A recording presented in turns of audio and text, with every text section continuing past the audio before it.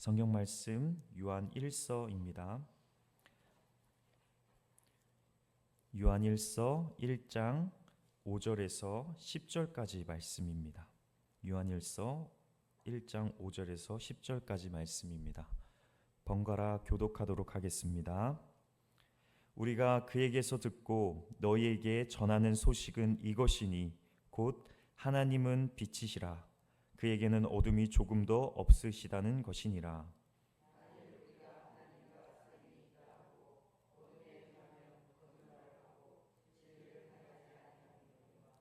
그가 빛 가운데 계신 것 같이 우리도 빛 가운데 행하면 우리가 서로 사귐이 있고 그 아들 예수의 피가 우리를 모든 죄에서 깨끗하게 하실 것이요.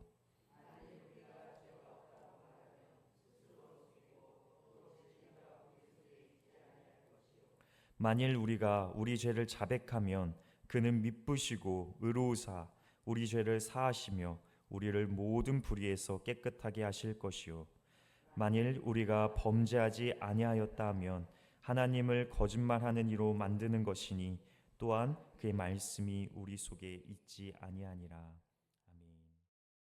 아멘. 오늘 이 시간에는 진짜와 가짜라는 제목으로 하나님의 말씀을 함께 나누기 원합니다. 제가 이곳에서 사역한 지가 벌써 한 달이 넘어갔더라고요. 참 시간이 어떻게 가는지 모르게 참 빨리 그렇게 가는 것 같습니다. 그동안 여기 계시는 우리 성도님들의 신앙생활 하시는 모습을 참 가까이에서 보면서 참 많은 것을 느끼고 깨닫는 그런 시간이었습니다. 우리 성도님들에 비하면 아직 제가 많이 부족하지만 함께 나누는 이 하나님의 말씀을 통해 우리의 삶을 한번 돌이켜 보시고 또 이 시대 가운데 참된 그리스도인으로서 함께 잘 세워져 나아가는 저와 여러분들 되시기를 주님의 이름으로 간절히 소망합니다. 우리 성도님들은 이 명품과 이 가짜, 이 짝퉁을 어떻게 구분하십니까? 그렇다면 명품과 이 가짜를 구분하는 그 기준은 무엇입니까? 저와 이문혜 전도사가 필리핀에 있는 저희 나사렛 교단의 학교인 APNTS라는 대학원에 처음 도착하고 난 후에 가장 먼저 한 일이 그 필리핀 현지 시장에 가서 생필품을 구매하는 일이었습니다. 그때 저는 정말 마음에 드는 이 나이키 티셔츠를 딱 발견했는데요. 그 티셔츠 상태가 너무 좋아 보이는 겁니다. 그리고 가격을 봤는데 왜 이렇게 싼지요? 한국에서 사려고 하면 몇만 원 주고 사야 되는데 필리핀 돈으로 한 5천 원 정도면 살 수 있다고 하는 겁니다. 그래서 제가 와이프를 이문혜 전사를 쫄라가지고 그 나이키 티셔츠를 구입했습니다. 5천 원을 주고. 근데 빨래를 하면 할수록요, 그 나이키 그 마크가 로고가 점점점 떨어져 나가는 겁니다. 그리고 점점점 옷이 헤어져 가지고요, 나중에는 구멍이 나더라고요. 참 그것을 보면서 얼마나 많이 웃었는지 모릅니다. 명품, 진짜와 가짜를 구분할 수 있는 그 기준은요, 바로 정교함입니다. 아주 작은 세부 사항까지도 얼마나 정교하고 세심하게 만드는지에 따라서 우리는 명품과 가짜를 구분할 수 있게 됩니다. 이처럼 하나님의 자녀라고 일컬어지는 사람들 가운데서도 하나님과 진실한 교제를 누리는 이들이 있는 반면에 단순히 이름만 그럴듯하게 갖춘 사람들도 있다고 오늘 성경은 말하고 있습니다. 우리는 세상 속에서 성도라는 이름으로 살아가고 있습니다. 또한 그리스도인이라는 이름으로 우리가 이 시대를 살아가고 있습니다.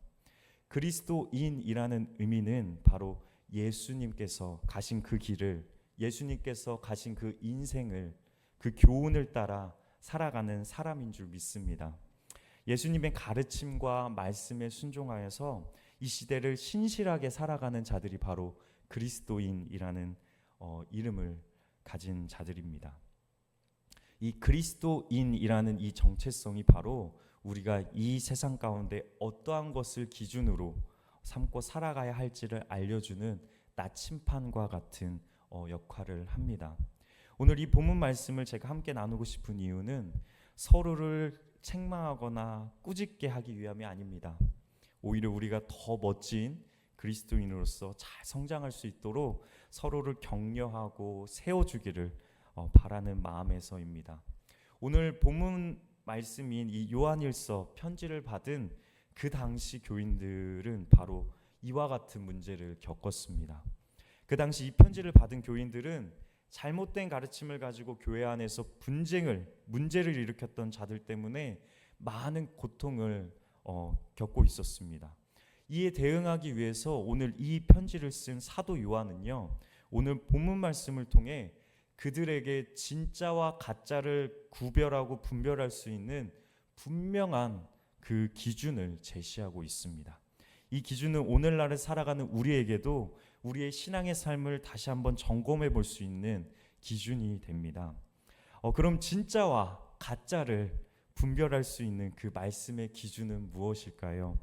오늘 본문 말씀 중에 5절에 그 기준에 대해서 분명하게 언급하고 있습니다. 5절입니다.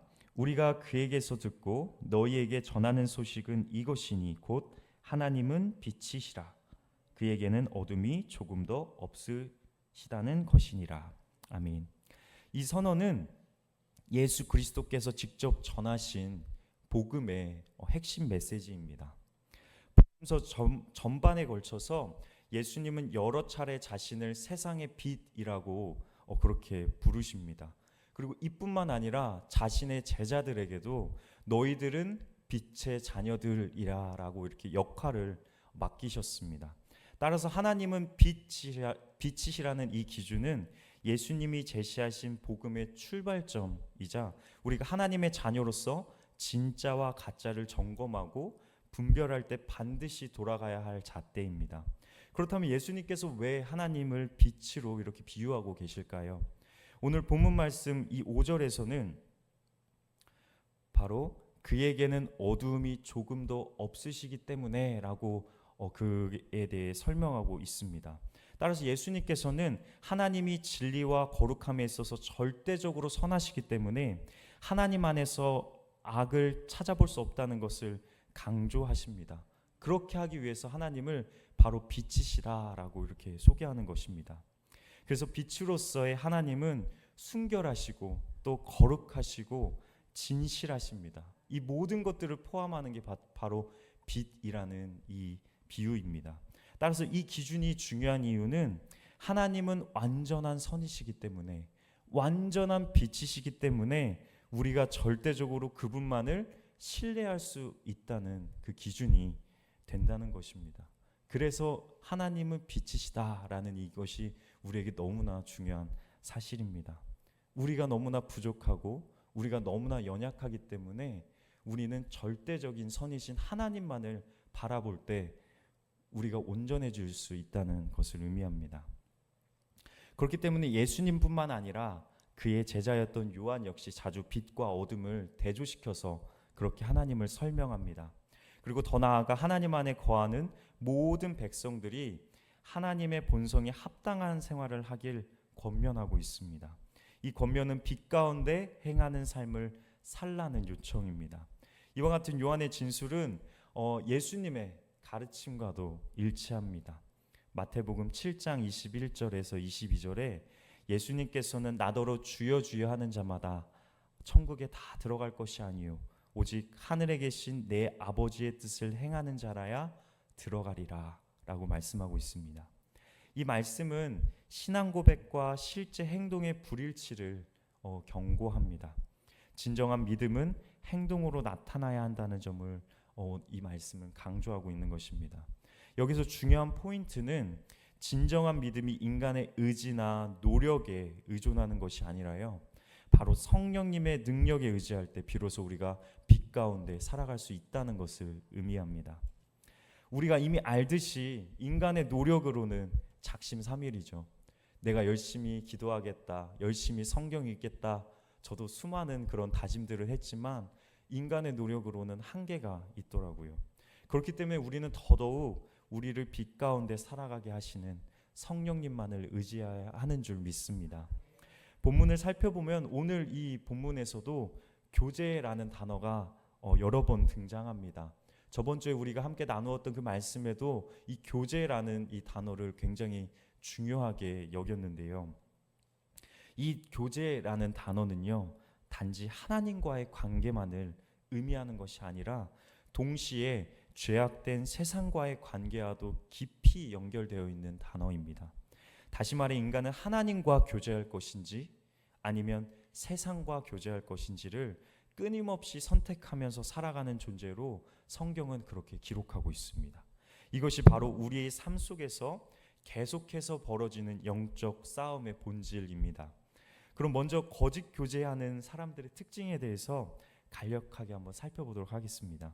이 내용과 관련해서는 사도 요한이 1장 6절 그리고 8절 10절 이 짝수 번호에서 이러한 거짓 교제를 하는 자들에 대해서 지적합니다. 사도 요한은 거짓 교제를 하는 사람들의 첫 번째 특징에 대해서 하나님을 안다 혹은 하나님과 사귐이 있다라고 주장하면서도 실제 삶은 어둠 가운데 있는 모습을 한 자들이라고 이 거짓 교제를 하는 그런 자들에 대해서 얘기합니다. 6절에 나오는 사귐이 있다라는 표현은 단순히 말로만 하는 것이 아니라 인격적인 교제, 아주 친밀한 교제, 아주 확고한 연대라는 그런 뜻을 가지고 있습니다. 그런데 그리스도인들은 종종 하나님을 믿습니다. 내가 그렇게 살아가기 원합니다. 라고 고백하면서도 실제 행동이나 선택에서 세상 사람들과 별반 다르지 않는 그런 모습을 또 드러내곤 합니다.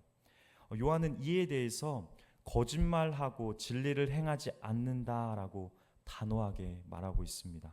만일 그리스도인들의 고백과 실제 행실에서 계속해서 불일치가 나고 삶이 그런 고백을 따라가지 못한다면 결국 8절에서 얘기하고 있는 것처럼 죄가 없다 하면서 자기 자신을 속이는 거짓말하는 자가 될 것입니다. 그럼 그 결과로 그들은 하나님을 믿는다고 하면서도 하나님의 뜻과는 상관없이 내 멋대로 그리고 자기 방식대로 살아가는 길로 빠지기 쉽고 이것은 결국 10절에서 말하고 있는 것처럼 하나님을 거짓말쟁이로 만드는 결과로 이끌게 됩니다. 이처럼 요한일서 1장에 나타난 이 세 가지 거짓된 모습은 사실 인간의 연약함을 또 인간의 죄됨을 폭로하는 동시에 우리에게 영적인 경각심을 일깨워 줍니다. 그렇다면 참된 교제를 누리는 자들은 어떠한 자들일까요?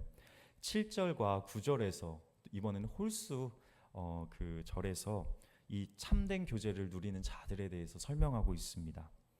특히 7절에서 빛 가운데 행한다라는 이 표현은 단순히 머릿속으로만 동의하는 차원이 아니라 실제 삶 속에서 빛 가운데 거해함을 강조합니다. 빛 가운데 살아간다는 것은 죄와 어둠을 멀리하고 우리의 생각과 행실을 거룩하게 유지하는 것을 의미합니다. 요한은 이 빛과 어둠을 계속해서 대조함으로써 조금의 죄나 어둠도 우리 삶 가운데 허용하지 말아야 함을 우리에게 계속해서 알람이 울리듯이 우리에게 일깨워 주는 듯합니다. 이는 하나님께서 빛 자체이시기 때문에 아무리 작은 어둠이라도 우리와 하나님 사이의 친밀한 교제를 가로막기 때문에 이 사도 요한은 더 어둠과 빛을 그렇게 대조시켜서 우리에게 오늘 말씀하고 있는 것입니다. 저는 설교를 오늘 준비하면서 이 요한일서 1장 7절의 말씀을 묵상했습니다. 그러면서 저에게 던지는 근본적인 질문이요. 우리는 어디까지나 연약한 존재고 우리는 죄의 유혹에 종종 넘어져서 어둠을 경험하는 존재로 저는 이해했습니다. 과연 인간이 어둠을 완전히 그러면 배제한 채 우리가 이 세상에서 삶을 살아갈 수 있을까라는 질문이 제 머릿속을 계속해서 맴돌더라고요. 그렇다면 사도 요한은 이 질문의 앞에서 어떤 해답을 우리에게 제시하고 있을까요? 요한은 7절에서 이렇게 답합니다. 하나님이 빛 가운데 계신 것 같이 우리도 빛 가운데 행하면 우리가 서로 사귐이 있고 그 아들 예수의 피가 우리를 모든 죄에서 깨끗하게 하실 것이요 라고 말합니다. 이는 실제의 삶의 태도와 방향성을 가리킵니다. 예수 그리스도께서는 나는 빛이요 또 빛으로 오셨다라고 선언하셨듯이 이 땅 가운데 우리 성도는 빛 가운데 행한다는 것은 하나님과의 친밀한 사귐 가운데 거한다는 뜻입니다. 그런데 현실에서 우리는 빛과 어둠이 공존하는 이 이중적인 모습을 우리 삶 가운데 발견하게 됩니다. 이 대목에서 한 가지 예화를 들어보려고 합니다. 사람에게 지금 이곳에서 불을 다 끄고 저쪽 한 곳에서만 빛을 저에게 비춘다고 한번 상상을 한번 해보십시오. 그렇다면 어떻게 될까요? 저 뒤에 있는 저 빛이 저를 비추면 제 뒤에 그림자가 지어지겠죠. 많은 이 땅 가운데 성도들이 하나님께서 비춰주시는 저 빛을 바라보지 못하고 오히려 자기 뒤편에만 생긴 그 그림자에 우리는 집중할 때가 참 많습니다. 그 그림자는 무엇일까요? 우리의 연약함, 내가 자꾸만 넘어지는 그런 죄, 그런 것들을 가리킵니다. 그래서 자신의 연약함과 죄악된 본성에 그래서 사로잡혀서 결국 빛과 어둠 사이를 오가면서 타협하기도 합니다. 내가 하나님을 따라가겠다 고백하지만 내 뒤에 있는 그 그림자 때문에, 내가 자꾸만 넘어지는 그 죄성 때문에 우리는 계속해서 타협하고 주저하고 있다는 것입니다. 하지만요, 우리가 저 빛만을 바라보고 나가면 어떨까요? 어떠한 일이 일어날까요? 우리가 빛만을 바라보며 저 빛을 향해 걸어갈 때 우리는 이 그림자를 보지 않게 됩니다. 이 그림자가 보이지 않게 됩니다. 왜 그럴까요? 빛이 우리를 비치고 있기 때문이죠. 바로 사도 요한은 오늘 이 사실을 우리에게 얘기해 주고 있는 것입니다. 알아, 우리 너무나 연약하고 우리 자꾸만 넘어지는 거 나도 너무나 잘 알아. 하지만 빛 대신 예수님께서 우리를 향해 손짓하고 계시고 그 빛을 향해서 걸어가는 것이 바로 우리 그리스도인이야 라고 오늘 성경 말씀에서 얘기하고 있는 것입니다. 갈라디아서 2장 20절에 바울은 이렇게 얘기합니다. 이제는 내가 사는 것이 아니요 오직 내 안에 계신 그리스도께서 사시는 것이라 라고 고백합니다. 나 혼자 힘으로 이 어둠을 우리 뒤에 거쳐있는 이 그림자를 완전히 배제할 수 없습니다. 내 안에 살아계시는 그리스도께서 빛이 되어주시기에 우리는 하나님 앞에서 계속해서 걸어갈 수 있습니다. 로마서 8장 37절에도 이렇게 고백합니다. 우리를 사랑하시는 이로 말미암아 우리가 넉넉히 이기느니라. 아멘.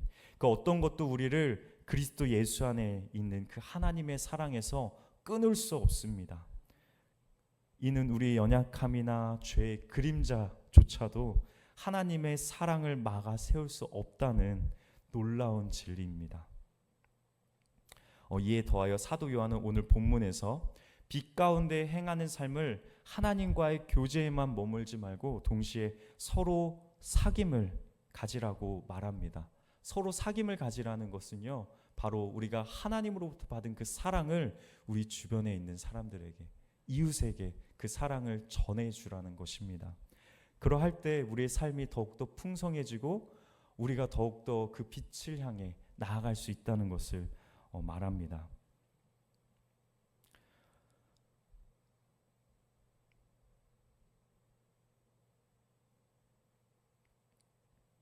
자신의 연약함과 그런 죄악을 하나님 앞에서 드러내서 용서를 경험한 사람은 주변 사람들을 향해 사랑과 긍휼로 다가게 됩니다.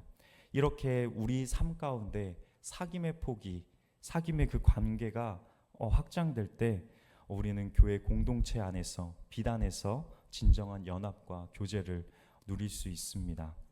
예수님께서는 너희는 세상의 빛이시다 라고 하시면서 성도가 빛의 존재로서 세상 가운데 선한 행실로 하나님께 영광을 돌리라고 명령하셨습니다.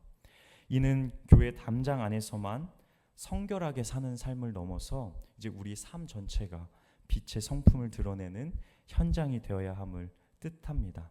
빛이신 예수님을 믿고 예수님 안에 거할 때, 예수님을 본받아 살아갈 때 성도는, 그리스도인들은 일상에서 이런 빛의 향기를 날리며 살아갈 수 있습니다.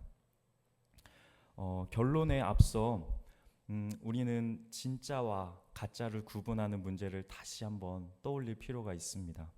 앞에서 언급했듯이 명품과 가짜를 구별할 때 가장 중요한 기준은 바로 정교함입니다. 아무리 비슷해 보이고 순간적으로 속일 수 있어도 세세한 부분에서의 그 정교함이 부족하다면 결국 가짜라고 그런 사실이 드러나기 마련입니다.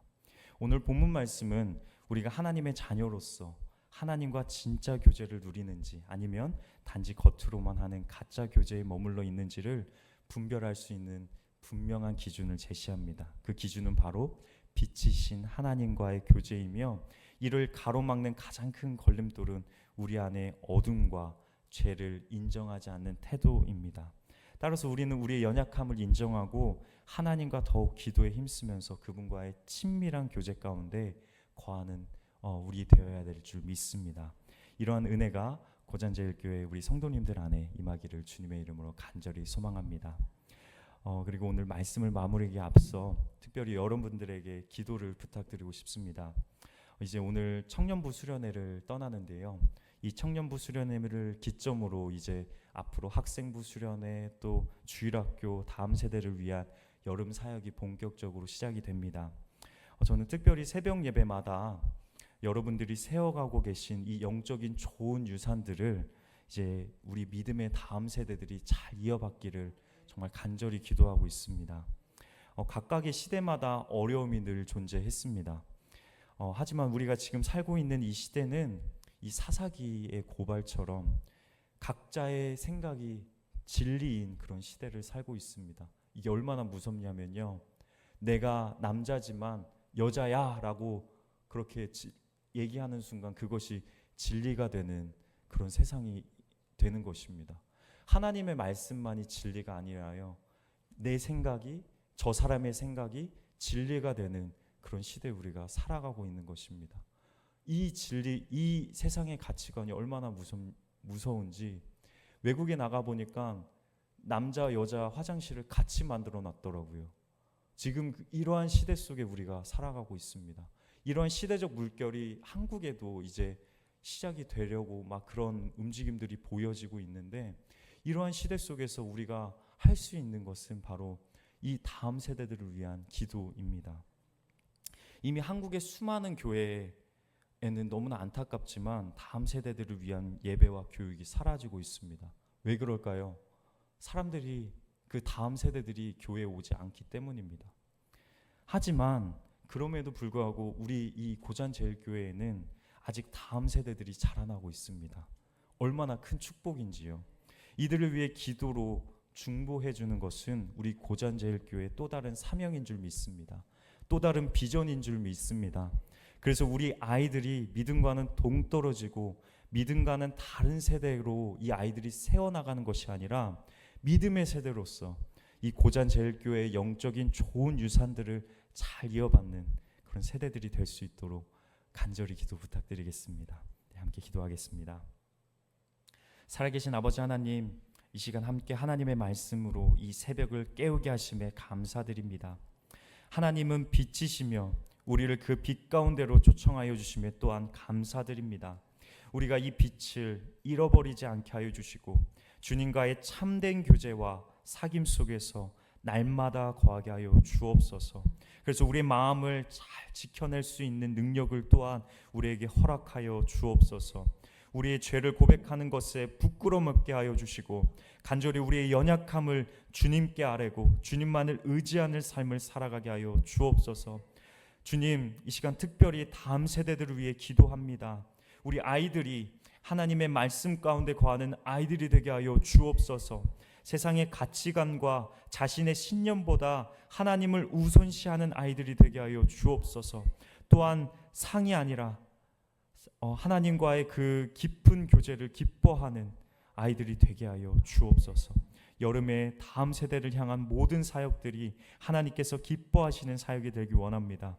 우리를 도구로 사용하여 주시고 이들의 믿음의 다음 세대로 잘 자라날 수 있도록 선하게 인도하여 주옵소서. 모든 것들을 주님께 맡겨오며 살아계신 예수님의 이름으로 간절히 기도합니다. 아멘. 하늘에 계신 우리 아버지여, 이름이 거룩히 여김을 받으시오며 나라가 임하옵시며 뜻이 하늘에서 이루어진 것 같이 땅에서도 이루어지리라. 오늘 우리에게 일용할 양식을 주옵시고 우리가 우리에게 죄진 자를 사하여 준 것 같이 우리의 죄를 사하여 주옵시고 우리를 시험에 들지 말게 하옵시며 다만 악에서 구하옵소서. 대개 나라와 권세와 영광이 아버지께 영원히 있사옵나이다. 아멘.